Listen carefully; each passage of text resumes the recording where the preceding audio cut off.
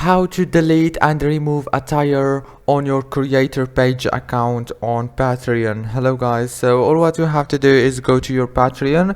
This is the home page. Now go to your creator account, and here all what you have to do now is so simple. Click on edit your page, and now here it will take you to this page. You will find many options. All what you have to do is click on tires. Here you will find all your tires, and if you want, for example, to delete, let's say this one, click on edit and scroll down until you find this unpublish option. Click on it like this and click unpublish, and it's gonna be deleted easily and fast. If this video was helpful, please don't forget to like, subscribe, and thank you so much for watching until the very end of this video. See you later.